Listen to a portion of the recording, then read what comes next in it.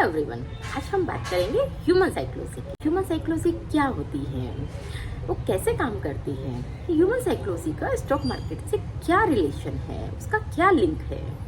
हम पहले बात कर लेते हैं ह्यूमन साइकोलॉजी की। देखिए, ह्यूमन साइकोलॉजी ह्यूमन की बिहेवियर, उसकी थॉट प्रोसेस, उसकी एटीट्यूड, उसके विचारों का एक वैल्यूएशन है कि कोई भी व्यक्ति किस सिचुएशन में कैसा सोचता है।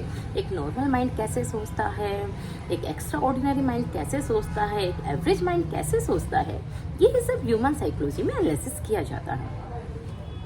अब जैसे आप देखेंगे किसी भी कॉइन की टू साइड होते हैं, हम वो साइड देखते हैं जो हमें पता होती है। हमें किसी चीज़ के बारे में कुछ पता ही नहीं होगा तो हम उस चीज़ को कैसे जान पाएंगे, उसका कैसे आइडेंटिफिकेशन कर पाएंगे, कैसे उसका इंटरप्रिटेशन कर पाएंगे। वैसे ही ह्यूमन साइकोलॉजी होती है जिसमें एक नॉर्मल माइंड जो सोचता है डिफरेंट तरीके से सोचता है और उसका किस तरीके से सोचता है उस सबका एनालिसिस करना है ह्यूमन साइकोलॉजी है। देखिए, हम इसका मैं आपको सबसे पहले एक हमारे भागवत पुराण से एक वृतांत है, वो मैं आपको बताती हूँ, वो हम सुनेंगे। फिर उसके बाद हम उसके बेसिस पर पहले एक नॉर्मल ह्यूमन साइकोलॉजी को देखेंगे कि उसमें उसके जो कैरेक्टर्स हैं उनकी नॉर्मल ह्यूमन साइकोलॉजी क्या होगी, और उसके अकॉर्डिंग हम थोड़ा ह्यूमन साइकोलॉजी को एलोबरेट करने की कोशिश करेंगे। देखिए, ये वृतांत भागवत पुराण और विष्णु पुराण से लिया गया है। आप सबने ध्रुव के बारे में सुना होगा। ध्रुव तारा, पोल स्टार, जो हमारे एनवायरनमेंट में, हमारे स्काई में चमकता रहता है, ये उसी का ही वृतांत है। राजा उत्तानपाद की दो रानियां थी, एक थी सुरुचि, एक थी सुनीति। जो सुनीति थी उनके पुत्र थे ध्रुव। राजा का अब सुरुचि से ज्यादा लगाव था तो वो सुरुचि की बात मानते थे, वो जैसा कहती थी वैसा करते थे। ऐसे ही वो सुरुचि के पुत्र को अधिक स्नेह करते थे और ध्रुव से उनका स्नेह कम था। एक बार ध्रुव वहां अपने पिता के पास गया और उनकी गोद में बैठने लगा। सुरुचि हमेशा ध्रुव का अपमान करती थी, तो जैसे ही वो बैठने लगा उसने ध्रुव को वहां से हटा लिया, उसको बैठने नहीं दिया। अपने पुत्र को तुरंत राजा की गोद में बिठा दिया क्योंकि वो अपने पुत्र को आगे राजगद्दी दिलाना चाहती थी। ध्रुव को हटाया, छोटा सा बच्चा वो रोता रोता अपनी माँ के पास आया, माँ सुनीति के पास आया। माँ सुनीति एक विदुषी महिला थी, एक सद्विचारों वाली महिला थी। तो उन्होंने अपने पुत्र को प्यार से बैठाया और उनको समझाया, बेटा वो तो पिता हैं, लेकिन इस संसार के परे एक परम पिता भी हैं। क्या हुआ यदि तुम एक पिता की गोद में नहीं बैठ पाए? अब तुम कुछ ऐसा करो कि तुम उस परम पिता की गोद में बैठो और वहां से तुम्हें कोई हटा ना पाए।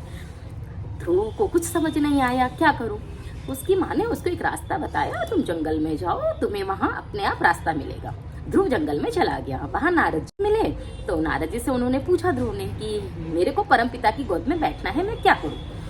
तो नारद जी ने उनको बताया, भगवान का एक द्वादक्षर मंत्र है, ओम नमो भगवते वासुदेवाय।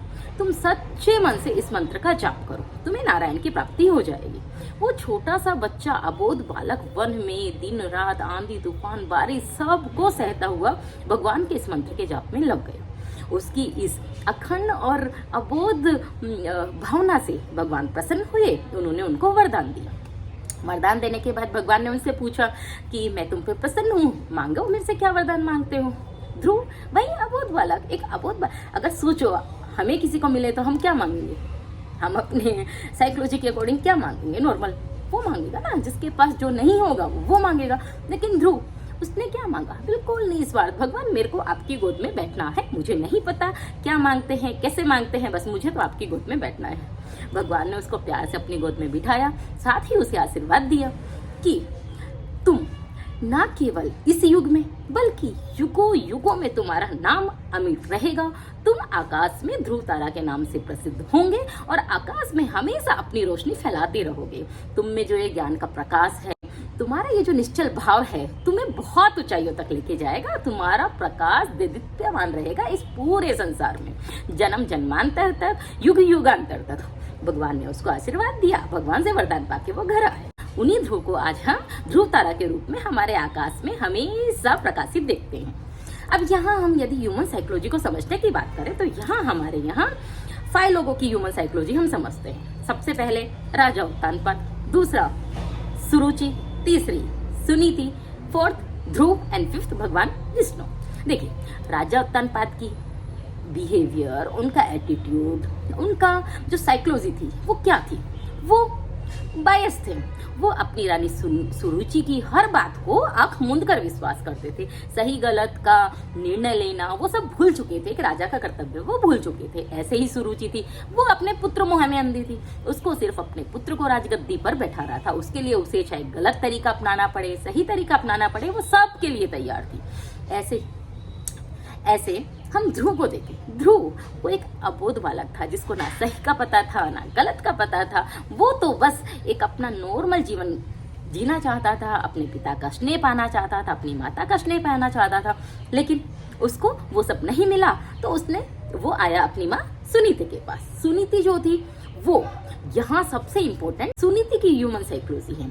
सुनीति, अब यहाँ सुनीति ही थी जो या तो इस सिचुएशन को, इस पूरे परिदृश्य को पॉजिटिव भी कर सकती थी, नेगेटिव भी कर सकती थी। लेकिन सुनीति की सोच पॉजिटिव थी, इसलिए उसने ध्रुव को सही मार्ग पर प्रेरित किया।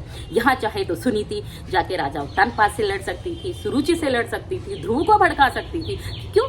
तुम्हारा भी हक है राज सिंहासन पर, जाओ तुम लड़ो, तुम बैठो। लेकिन उसने उस चीज को, जो चीज इंपॉर्टेंट थी उस पर फोकस किया। उसकी साइकोलॉजी थी, लड़ने झगड़ने से कुछ नहीं होना। जो हमारे पास है, हम किसी व्यक्ति को एक बार समझाएंगे, 2 बार समझाएंगे, 10 बार समझाएंगे, यदि वो नहीं समझ रहा है, समझाने से कोई मतलब नहीं है, क्योंकि उसका बिहेवियर जो है वो उसकी साइकोलॉजी, उसके आचरण, उसके एटीट्यूड पर है, वो बदलेगा नहीं।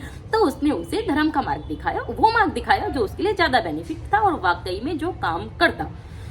ध्रुव वहां से गए। ऐसे ही भगवान विष्णु जो थे, उनकी साइकोलॉजी क्या थी? एक छोटे से बच्चे, एक अबोध बालक ने क्या मांगा जो उसके मन में था। तो देखिए, यहाँ पर यदि आप देखेंगे तो आप देखो, जब हम किसी से मांगते हैं, जब हम किसी को देते हैं, तो मांगने वाले की साइकोलॉजी क्या रहती है? वो अपनी हैसियत के हिसाब से मांगता है, और देने वाले की क्या रहती है? वो अपनी हैसियत के हिसाब से देता है। भगवान जो सर्वशक्तिमान है, सोचिए, वो यदि देने वाले हों अपनी मर्जी से, तो उनका देना क्या होगा हम संभाल भी नहीं पाएंगे, जैसा कि उन्होंने ध्रुव को दिया। यदि ध्रुव सिर्फ अपने हिसाब से मांगता, या ध्रुव को मांगना आता, वो 1-2 चीज क्या मांग लेता? गोद में बैठना है, मेरे को धन दे दो, मेरे को राजगद्दी दे दो, बस। लेकिन उसकी निश्चल भाव थी, उसका जो ह्यूमन साइकोलॉजी थी, उसको देख के भगवान की साइकोलॉजी थी, उन्होंने अपने अकॉर्डिंग, क्योंकि भगवान होते हैं वो थोड़ा देंगे तो उनको खुद को लगेगा मैं जिस वे में दे सकता हूँ उस वे में दूं, तो उन्होंने उसको मैक्सिमम दिया जिसके वो लायक था।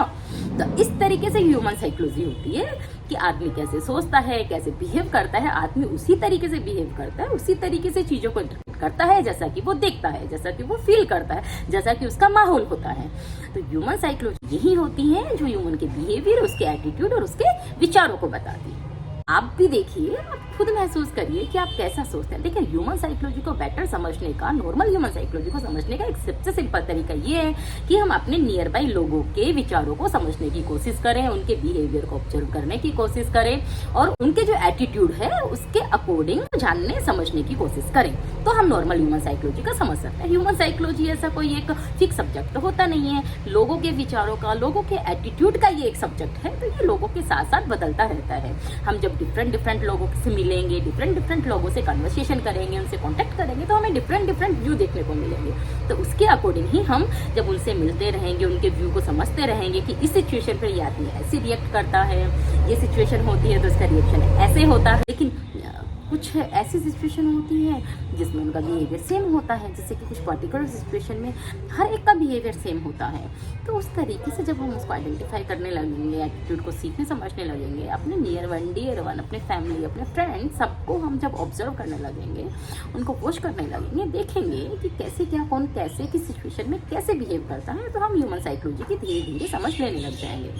हमें ये समझ आने लग जाएगा कि ह्यूमन साइकोलॉजी में एक नॉर्मल माइंड किस तरीके से सोचता है। जब हम नॉर्मल चीज़ों को समझने लग जाएंगे तो फिर हम उसको आगे एडवांस में भी आइडेंटिफाई कर सकते हैं। नॉर्मल सिचुएशन में लोगों का एटीट्यूड, बिहेवियर ऐसे होता है, और जब नॉर्मल से डिफरेंट सिचुएशन होती है तो लोगों का बिहेवियर कैसे होता है। तो इस तरीके से ह्यूमन साइकोलॉजी को हम एक नॉर्मल परिप्रेक्ष्य में समझ सकते हैं। अब हम बात करते हैं कि स्टॉक मार्केट में ह्यूमन साइकोलॉजी कैसे काम करते हैं। देखिए, स्टॉक मार्केट में कौन होता है? स्टॉक मार्केट के पार्टिसिपेंट्स होते हैं, तो हमें उनकी ही साइकोलॉजी देखनी पड़ेगी। स्टॉक मार्केट के 2 पार्टिसिपेंट्स सबको पता है, बुल और बेयर। तो बुल की साइकोलॉजी क्या होगी, एक नॉर्मल साइकोलॉजी क्या होगी? बुल। बुल की साइकोलॉजी यही होगी कि मार्केट ऊपर जाना है, मार्केट को ऊपर ही जाना है, मार्केट ऊपर ही जाएगा। ऐसे ही बेयर होगा, उसकी साइकोलॉजी क्या होगी कि मार्केट को नीचे जाना है, मार्केट को नीचे जाएगा, मार्केट नीचे ही जाना है।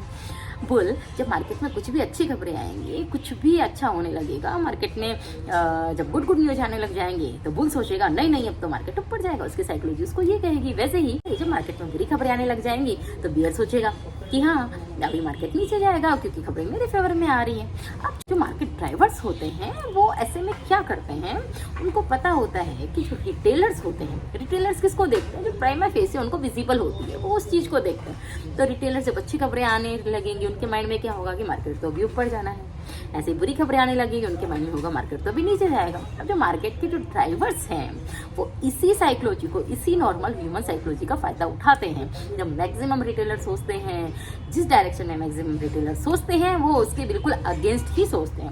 अब उस टाइम पे हमें सबसे पहले ये देखना होता है मार्केट ओरिजिनल में किसके कंट्रोल में है। अगर मार्केट बुल के कंट्रोल में है, फिर मार्केट में यदि बुरी खबरें भी आती हैं तो मार्केट ऐसे में सारी बुरी खबरों को डाइजेस्ट कर जाता है, वो बुरी खबरों को डाइजेस्ट करता जाता है और अच्छी खबरों पर रिएक्शन देके और ऊपर जाता जाता है। अब नॉर्मल रिटेलर की साइकोलॉजी रहेगी बुरी खबर आई और मार्केट नीचे जाएगा, लेकिन मार्केट यदि बुल के कंट्रोल में है तो उधर बुल की साइकोलॉजी ज़्यादा पावरफुल हो जाती है। तो मार्केट बुल की साइकोलॉजी के अकॉर्डिंग अच्छी खबरों पर और अच्छा रिएक्शन देता है, बुरी खबरों को डाइजेस्ट करता जाता है। ऐसे ही जब मार्केट बियर ट्रेंड में होता है या बियर के कंट्रोल में होता है, ऐसे टाइम पर यदि कोई भी अच्छी खबरें आती हैं तो मार्केट उसको डाइजेस्ट कर जाता है और बुरी खबरों पर और रिएक्शन देके और डाउन जाता है। जैसा कि हमने कोरोना टाइम में देखा, कोरोना में जब बियर सेंटीमेंट एक्टिव हो गए तो मार्केट हर बुरी खबर पर डाउन रिएक्शन, हर बुरी खबर पर डाउन रिएक्शन देना स्टार्ट किया। ऐसे ही जब मार्केट में जब बुल मार्केट चल रहा था, जब मार्केट में बुल का कंट्रोल था, तो कितनी भी बुरी खबरें आई, चाहे फिर वो फॉरेन से आओ, यूक्रेन का वॉर हो, रशिया का वॉर हो, वॉर पे वॉर होता गया और हमारा मार्केट हाई पे हाई बनाता गया, हाई पे हाई बनाता गया। क्योंकि मार्केट को माइंडसेट, मार्केट का जो उसके पार्टिसिपेंट्स का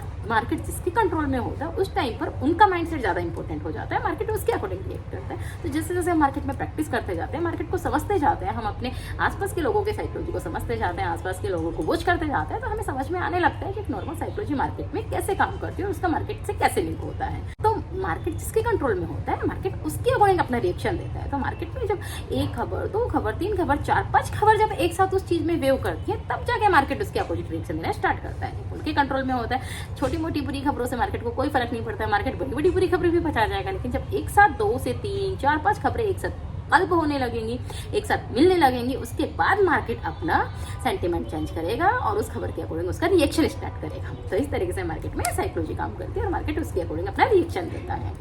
स्टॉक मार्केट की साइकोलॉजी के लिए बस इतना ही। अब हम थोड़ा निफ्टी की बात कर लेते हैं कि अभी निफ्टी में क्या साइकोलॉजी चल रही है। देखिए, हमने लास्ट वीडियो में आपको बताया था कि निफ्टी जब तक 25,400 के नीचे है तब तक निफ्टी का बायस नेगेटिव है। अभी निफ्टी का 24,876 ये लेवल बहुत इंपॉर्टेंट है क्योंकि निफ्टी का बायस है नेगेटिव। तो ये लेवल एक बार निफ्टी 1 से 2 दिन तक, वेडनेसडे तक निफ्टी का ये लेवल होल्ड रहेगा। उसके बाद निफ्टी वेट करेगा इन्फोसिस के रिजल्ट का। रिलायंस अभी, जैसा कि मैंने ग्रुप में भी बताया था कि रिलायंस अभी 1462 इसके नीचे है, तो रिलायंस अभी वीक हो चुका है। रिलायंस हो सकता है यदि निफ्टी आगे, अगर इन्फोसिस का रिजल्ट निफ्टी का साथ नहीं देगा तो रिलायंस हो सकता है हमें 1350, 1360 का लेवल भी शो कर दे और इन्फोसिस के रिजल्ट से अब निफ्टी अपनी नेक्स्ट डायरेक्शन लेगा। क्योंकि निफ्टी के 3 बड़े हाथी थे, जैसा कि मैंने ग्रुप में बताया था, HDFC, रिलायंस और इन्फोसिस। इन तीनों के रिजल्ट पर निफ्टी की अगली डायरेक्शन तय होगी। तो उसी के अकॉर्डिंग निफ्टी अभी चल रहा है। तो अभी 2 रिजल्ट आ चुके हैं, एक रिजल्ट इन्फोसिस का बाकी है। तो इन्फोसिस का रिजल्ट जैसे होगा उसके अकॉर्डिंग हमें देखना होगा। इन्फोसिस के लिए अभी 1564 एंड अपसाइड में 1646 ये लेवल इंपॉर्टेंट है। इन्फोसिस अभी इस लेवल में रेंज बाउंड है। ये लेवल जिधर ब्रेक होगी, जिधर जाएगी, निफ्टी का जो माइंडसेट है, निफ्टी की जो ट्रेडिंग है, निफ्टी की जो एल्गो है, नई उसी के बेसिस पर लिखी जाएगी। HDFC का अभी सपोर्ट 1941 है। रिलायंस अपना सपोर्ट ब्रेक कर चुका है, तो निफ्टी नीचे की साइड में वेव करेगा, HDFC बैंक ऊपर की साइड में वेव करेगा। अब सब कुछ इन्फोसिस पे डिपेंड करता है। इन्फोसिस जैसी करवट लेगा, मार्केट की डायरेक्शन भी वही हो जाएगी। यदि मार्केट के लिए टेक्निकल बेसिस पर 24876 ये लेवल ब्रेक होता है तो हो सकता है निफ्टी और 500, 700, 800 पॉइंट की सेलिंग दिखा दे। तो उसके अकॉर्डिंग आप अपनी स्ट्रेटेजी बनाइएगा। ये सब मार्केट का अभी ओवरव्यू है। मार्केट के लिए बस इतना ही। आपके कोई भी क्वेश्चन हो, कोई भी क्वेरी हो, मेरे को कमेंट करके बताइएगा, मैं उसका रिप्लाई कर दूंगी जैसे मेरे को टाइम मिलता है। तब तक सेफ रहिए, अलर्ट रहिए। Take care, bye bye.